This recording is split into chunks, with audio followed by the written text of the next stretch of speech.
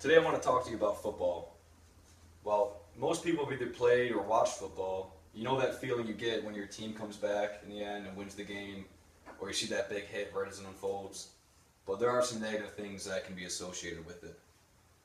It's arguably one of America's most famous pastimes, and local teams in every city, such as the Kansas City Chiefs or the St. Louis Rams, there's always a team to root for if you want to get into it. I started playing and watching football my freshman year of high school.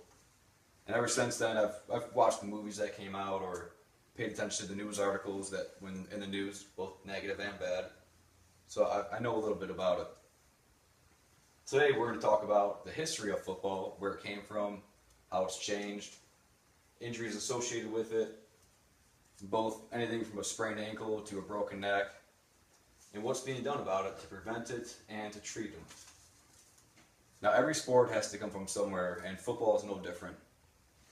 In an article about why America refuses to play soccer by Sam Whitsett, he actually touches into how the roots of football can be traced back to soccer through rugby.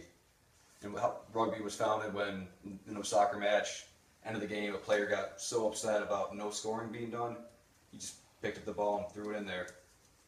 Pissed off everyone who was watching it, but wouldn't have football today without it. Influence can be seen in football from soccer, because up until 1882, you couldn't even score without kicking it. It was the only way, but during that year, they started implementing touchdowns as counting for points instead of a touchdown being a kick. It was 4 touchdowns would equal 1 kicked goal. Forward pass, implemented in 1906, kind of helped speed it up to what it is today. And around 1909, the rules in football started to reflect what we see today. It's not really a subject most people like to talk about, but there are injuries associated with football, and they are a lot more commonplace than one might think. According to an article by Carl Prine called Bloody Sundays, half of the NFL players every season are injured in one way or another. It's outrageous. Experts reviewed the data and found, based on positions, defensive backs are the most likely to be injured. About 2 out of every 3 will be hurt every season. Quarterbacks are the least injured, but there are rules to protect them now, along with defenseless receiver and horse collar and tackles. That you can see the NFL is taking an active step to prevent these injuries. The average player mass has also increased by around 25% over the past 60 years.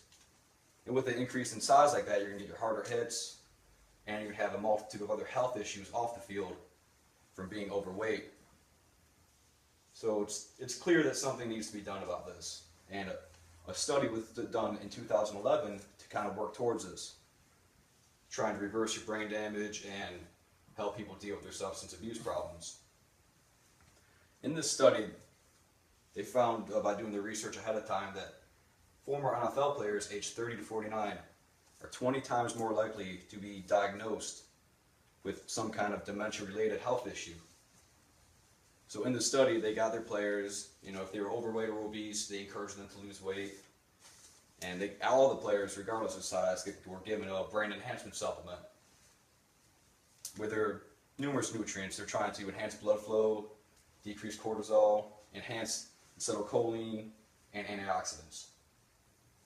There's also an evaluation given before and after to kind of compare the two. In the post-eval, they found significant increases in general cognitive functioning, proficiency, attention, memory, and reasoning. There's also a couple other increases found in spatial processing and reaction time, but they weren't statistically enough to be considered in the synopsis of the review. Now, participants themselves reported increases in memory, attention, mood, motivation, sleep. So you can see that the program is working. And we learned a lot over the past couple minutes. Let's take a second to review the information. We started with the history, we discussed the injuries, and we discussed what's being done to kind of help prevent them and treat them. I hope with all this information you kind of see football in a new light. The next time you're playing it or watching it, you think about how far the sport's actually come, and ask yourself, how much farther does it have to go?